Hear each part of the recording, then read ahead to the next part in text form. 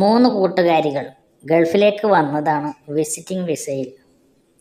പഠിച്ച degree, diploma course സർട്ടിഫിക്കറ്റുകളൊക്കെ എടുത്ത് ഗൾഫിൽ തന്നെയുള്ള ഒരു കൂട്ടുകാരിയുടെ പ്രേരണയാണ് അവർ അതിയായ ആർത്തിയോടെ ഗൾഫിലേക്ക് ചാടിയത്. ഗൾഫിലെത്തിയ അവർ പല ഇൻ്റർവ്യൂവിനും പങ്കെടുത്തുകൊണ്ടിരുന്നു. സർട്ടിഫിക്കറ്റുകൾ അടങ്ങിയ ഡോക്യുമെൻസുകളൊക്കെ അവരെ കാണിച്ചു. പലരും വാഗ്ദാനങ്ങൾ നൽകി, പറയാമെന്ന് പറഞ്ഞു. പല യാത്രയും ചെയ്ത കൂട്ടത്തിൽ അതിലൊരു കൂട്ടുകാരിയുടെ ഡോക്യുമെൻസ് മോഷണം പോയി. യാത്രയിൽ എവിടെയോ മറന്നു വച്ചതാണെന്ന് സംശയമുണ്ട്. അവൾ ഓരോ ടാക്സി ഡ്രൈവറെയും കണ്ടുപരിചയമുള്ളവരെ നോക്കി റോഡ് സൈഡിൽ നിന്നു. പക്ഷെ നിരാശയായിരുന്നു ഫലം. കുറേ നേരം റോഡ് സൈഡിൽ ഇങ്ങനെ നിന്ന് അവളുടെ ജീവിതം കളയവേ മറ്റു രണ്ടുപേർക്ക് ജോലി ലഭിച്ചു.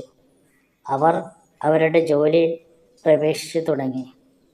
ആ ഒരു കൂട്ടുകാരി മാത്രം തനിച്ച് റൂമിലായി. അവൾക്ക് ആകെ വിഷമമായി. എന്തു ചെയ്യണം എന്നറിയാതെ കുഴങ്ങി. അങ്ങനെയിരിക്കെയാണ് ആ ഒരു സുഹൃത്ത് അവളെ ഒരു കാര്യം പറഞ്ഞ് ഏൽപ്പിച്ചത്. അതിനായി ഒരു സ്ത്രീ അവരുടെ റൂമിലേക്ക് വന്നു. ആ സ്ത്രീ അവർക്ക് ഒരു ഗോൾഡ് ബാർ നൽകി പറഞ്ഞു, ഇത് നിന്നെ രക്ഷിക്കും. നിന്റെ പാസ്പോർട്ടും രേഖകളൊക്കെ നശിച്ചു. നിനക്കിനി സെയിം വിസയിൽ പോകാം. നീ ഇത് നിന്റെ ഗൂഹ്യ ഭാഗത്ത് കടത്തി വച്ചാൽ മതി.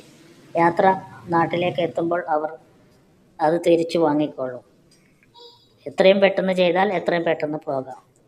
അവൾ വിഷമിച്ചു ആ ഗോൾഡ് ബാറുമായി എന്ത് ചെയ്യണമെന്നറിയാതെ കുഴങ്ങി. അങ്ങനെയിരിക്കെ പെട്ടെന്ന് ഒരു ഫോൺ കോൾ വന്നു.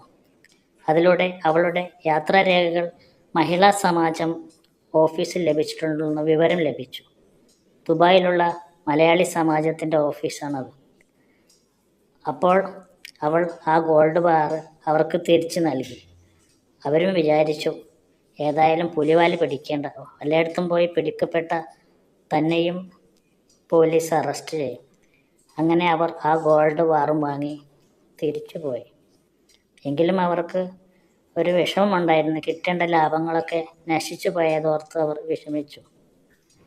മഹിളാ സമാജത്തിൽ പോയി അവൾ ആ ഡോക്യുമെൻറ്റും മറ്റും കളക്ട് ചെയ്തു.